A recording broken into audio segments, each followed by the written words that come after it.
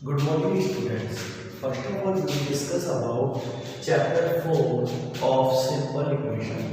So, student, first of all, we discuss what is simple equation. Student, look at the board, listen and watch it, be carefully. Then, what is equation? An equation is written as two expression.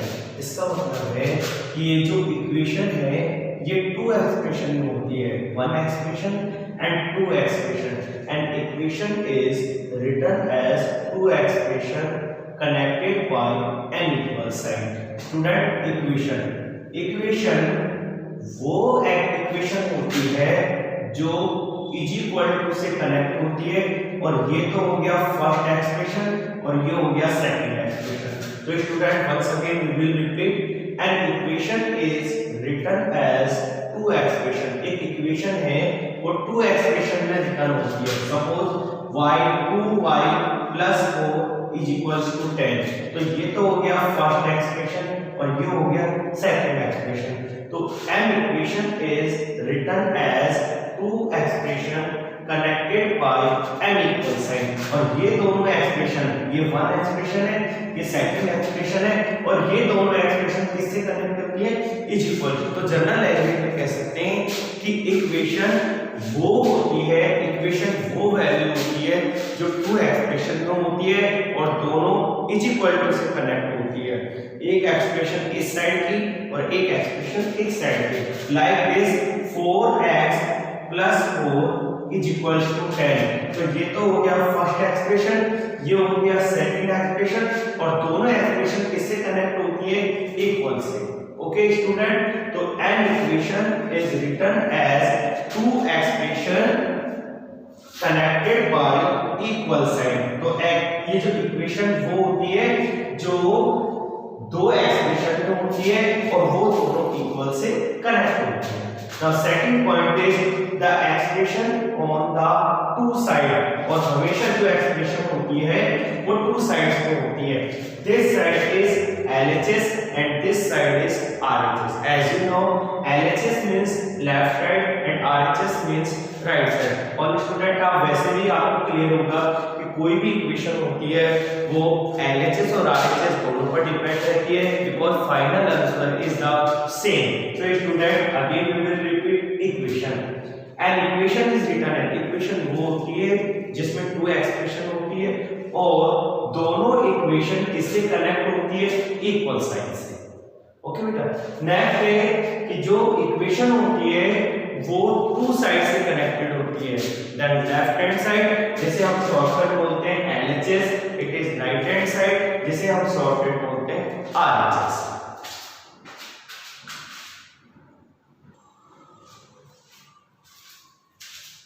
So student, we will discuss exercise 4.2 is the basic of simple equation.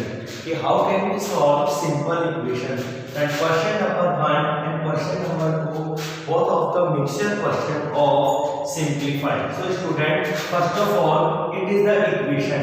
It is the LHS part and it is the RHS part. और दोनों जो expression है इसको कौन connect कर रहा है? Is equal to. This question are related to class 6 is the basic. Okay, सबसे पहले हमें स्टूडेंट क्या करना है? हमें यहाँ पर इज इक्वल्स टू रिप्रेजेंट करना है. अब हमें क्या करना है कि एक जनरल जो टॉपिक होता है, जनरल जो पॉइंट होता है, उसमें हमें ध्यान रखना है कि जैसे ये इज इक्वल्स टू, ओके, इस साइड को वेरिएबल होगा, इस साइड हमेशा वेरिएबल होगा और इस साइड हमेशा नॉन वेरिएबल. नॉन वेरिएबल का मींस होता है नंबर और वेरिएबल का मींस होता है एन.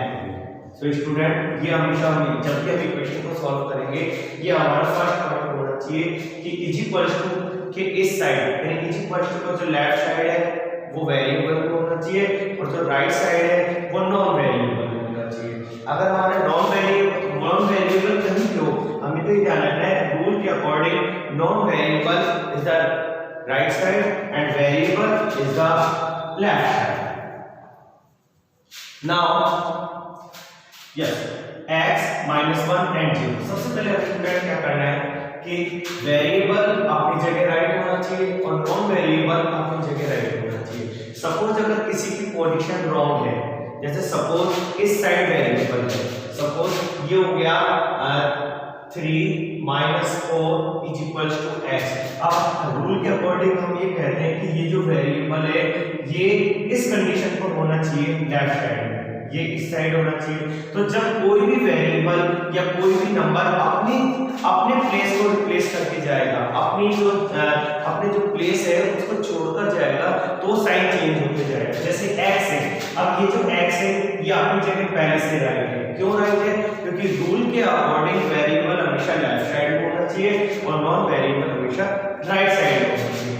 तो x अपनी जगह पहले से ही राइट है और 0 भी अपनी जगह पहले से राइट है। क्यों? क्योंकि नॉन वेरिएबल राइट साइड में होता है।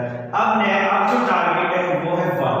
ये जो 1 है ये इस 1 की पोजीशन राइट साइड में होनी चाहिए, बट इस टाइम इसकी पोजीशन है लेफ्ट साइड में।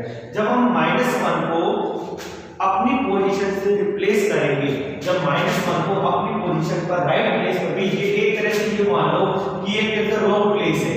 हम ये जो -1 है, इस -1 को जब हम इसकी सही जगह पर लेके जाएंगे, इसकी पोजीशन पर लेके जाएंगे, तो वो साइन चेंज होकर जाएगा। इसका मतलब है कि जो -1 है जब ये अपनी जगह जाएगा, अपने प्लेस पर जाएगा, तो वहां हो जाएगा ये +1। तो आप ये हमेशा याद रखना, अगर वेरिएबल भी अपनी करेक्ट प्लेस पे जाएगा तो साइन चेंज होकर जाएगा, नॉन वेरिएबल भी यदि अपनी प्लेस पर जाएगा तो साइन चेंज होकर जाएगा। तो -1 है, जब ये अपनी साइड जाएगा तो ये +1। then x = 0 में +1 करेंगे, then final answer is 1. So next student, next example of y + 4 = -4. Okay student, first of all we will sign off equal. Okay, then what is the right place? हमें ये देखना है कि कौन अपनी जगह पहले से राइट है। जैसे y है, ये y अपनी जगह पहले से राइट है, और -4 है, ये भी अपनी जगह पहले से राइट है, क्योंकि रूल के अकॉर्डिंग वेरिएबल लेफ्ट साइड में होने चाहिए, नॉन वेरिएबल राइट साइड में होने चाहिए। अब ये जो +4 है, इस +4 की जो ओरिजिनल जो प्लेस है वो है राइट साइड में। जब +4 अपने प्लेस पर जाएगा तो साइन चेंज हो जाएगा। इसका मतलब +4 चेंज इनटू -4। ओके स्टूडेंट, अगर सपोज ये माइनस होता तो -4 चेंज इनटू +4। तो ये अपनी साइन बस हमें तो ये क्लियर करना है, जब वेरिएबल अपनी प्लेस को छोड़कर जाएगा तो साइन चेंज, नॉन वेरिएबल अपनी प्लेस को छोड़ेगा तो sign change. Then y = same sign, then -+ same sign होने पर हमें प्लस करना है, देन 4 और 4 8, बट साइन इज माइनस क्यों? क्योंकि दोनों ही नंबर में माइनस है। Okay student, again one example.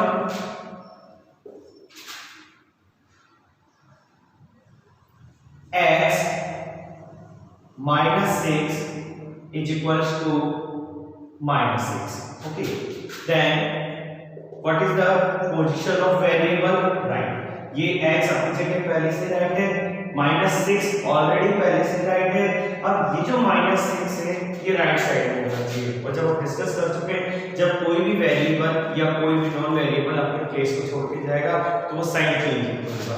तो -6 change convert into +6, then x = और स्टूडेंट हम पहले से क्लियर कर चुके हैं कि different sign is minus, different sign में माइनस करेंगे और सेम साइन में प्लस करेंगे, देन माइनस, इट मींस 6 में से 6 माइनस करेंगे तो 0। So final answer is 0।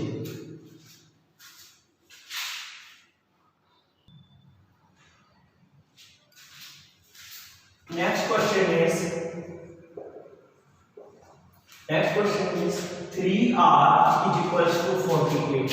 अब स्टूडेंट हमें क्या करना है, सबसे पहले तो ये देखना है कि 3 और r के बीच में साइन क्या है। जैसे स्टूडेंट r + 4 = 5, अब यहाँ ऑलरेडी हमारा प्लस रिप्रेजेंट हो रहा है, r - 4 = 5, यहाँ हमारा माइनस पहले से रिप्रेजेंट हो रहा है, डिवाइड हमारा पहले से रिप्रेजेंट हो रहा है according to question upon sign means divide. अब डिवाइड में पहले से रिप्रेजेंट हो रहा है, बट मल्टीप्लाई हमें कभी भी क्लियर रिप्रेजेंट नहीं हुआ। इसके लिए हमें क्या करना है, जब कोई भी नंबर किसी भी सपोज 8r, इसका मतलब ये है कि ये जो r है इस 8 के साथ मल्टीप्लाई में रिप्रेजेंट है। इसका मतलब है इसे हम इक्वेशन वाली लैंग्वेज में बोलते हैं 8 टाइम्स r या r times 8, that is 4r, या हम कह सकते हैं 4p, या हम कह सकते हैं 6z। इसका मतलब है कोई भी वेरिएबल जब किसी भी नंबर से अटैच होता है तो वो हमेशा मल्टीप्लाई वाली पोजीशन पर होता है, क्योंकि डिवाइड हमेशा क्लियर होता है, प्लस हमेशा डायरेक्ट रिप्रेजेंट होता है, लेकिन मल्टीप्लाई डायरेक्ट कैसे होगा, 3 into r is equal to 48। तो उस कंडीशन में हम मल्टीप्लाई कैसे आइडेंटिफाई करेंगे कि किसी भी वेरिएबल के साथ अगर कोई नंबर अटैच होगा तो वो किस पोजीशन पर होगा, मल्टीप्लाई में। इसका मतलब है कि ये जो 3 है इस r के साथ मल्टीप्लाई पोजीशन पर अटैच है। अब हम रूल के अकॉर्डिंग इसे सॉल्व करते हैं। तो रूल के अकॉर्डिंग कैसे सॉल्व करेंगे, सबसे पहले इज इक्वल टू रिप्रेजेंट करें। अब हमारे पास एक तो है 3, एक है r और एक है 48।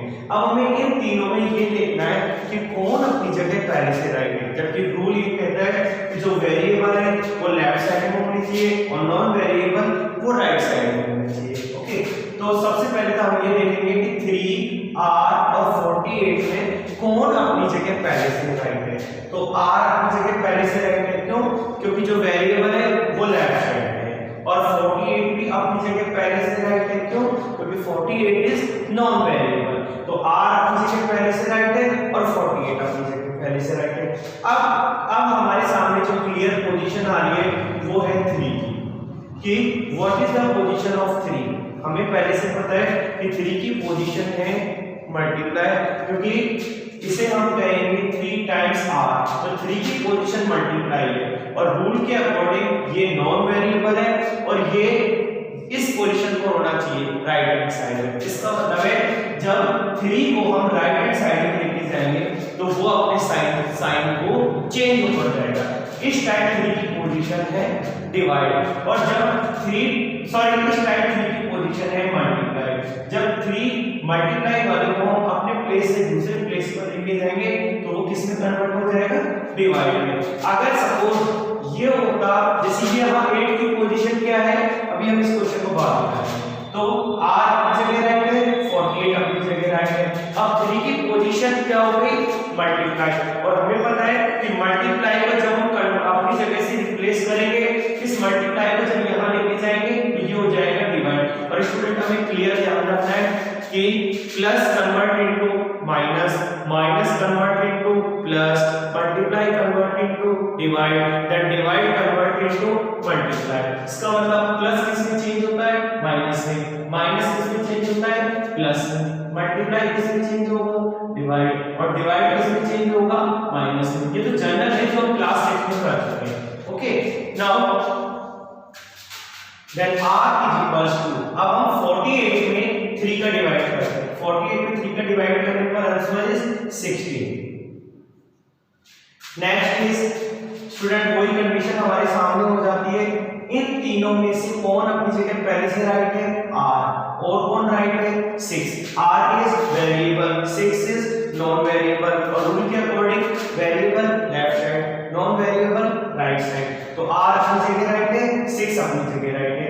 अब हमें ये देखना है कि what is the position of 8, what is the position of 3, multiply, convert into divide, what is the position of 8, divide, convert into multiply. अब ये डिवाइड है तो ये किसमें कन्वर्ट हो गया, multiply, then r is equals to 48।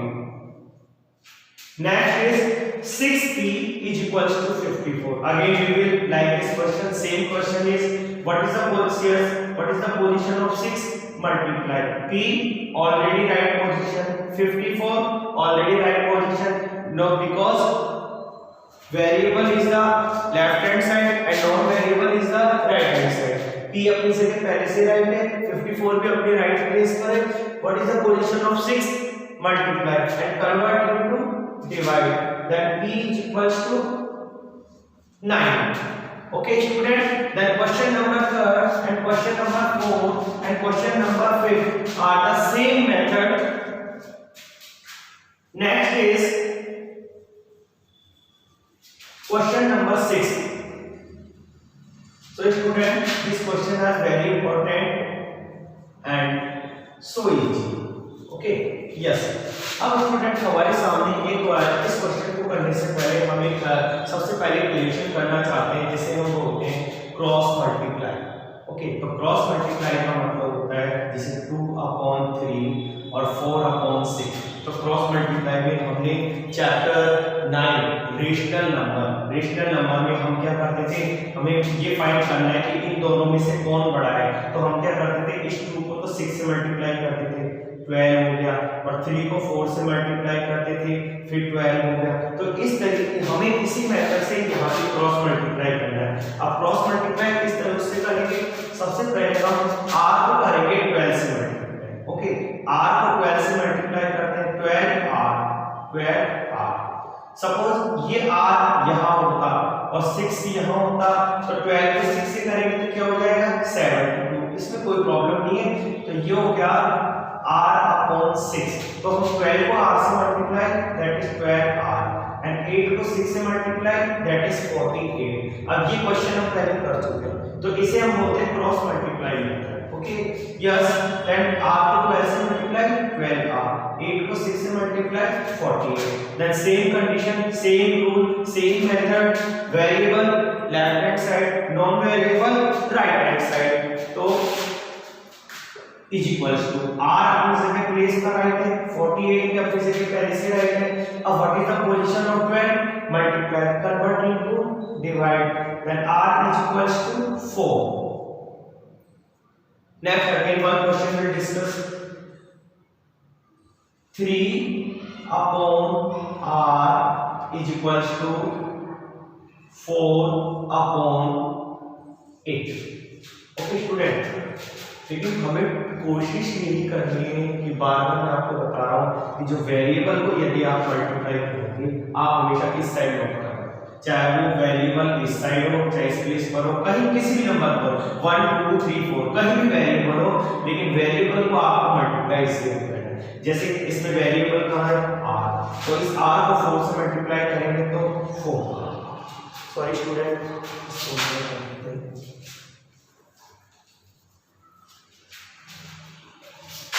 3/p is equals to 8/4.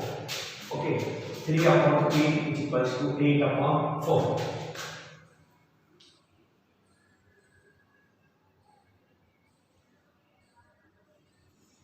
Okay. 3/p। अब हमें क्या करना है, जैसे मैं आपको क्लियर करा चुका हूँ कि जो वेरिएबल है उसको आप हमेशा इस साइड लोकेट करना। तो p को 8 से मल्टीप्लाई करेंगे तो ये हो जाएगा 8p। कभी भी ऐसे नोट मत करना, p8 हमेशा वेरिएबल हमेशा नंबर के बाद होता है। जिसे जब हम इस इक्वेशन को रीडिंग करते हैं तो उसे हम बोलते हैं 8 times p, not 8p times 8 times p। इसका मतलब है कि इस 8 को p से मल्टीप्लाई किया 8p, then 3 8s are 24। अगर सपोज आपने इस साइड लिख दिया 24 is equals to 8p तो भी आपका राइट है। लेकिन आपकी जो कंडीशन है, आपको अपने आप को कंफ्यूज नहीं हो, इसलिए आप मोस्टली ये करना कि वेरिएबल इस साइड। ओके, देन p अपनी जगह राइट है, 24 अपनी जगह राइट है, because we will now variable is left side and non variable is right side. What is the position of 8 position of multiply, convert into divide, then p is equals to 3. So student, today we discuss only simple equation. Is the basic of simple equation. First of all, we discuss that what is equation. An equation is clear. After this, we will solve some equation. Thank you and have a nice day.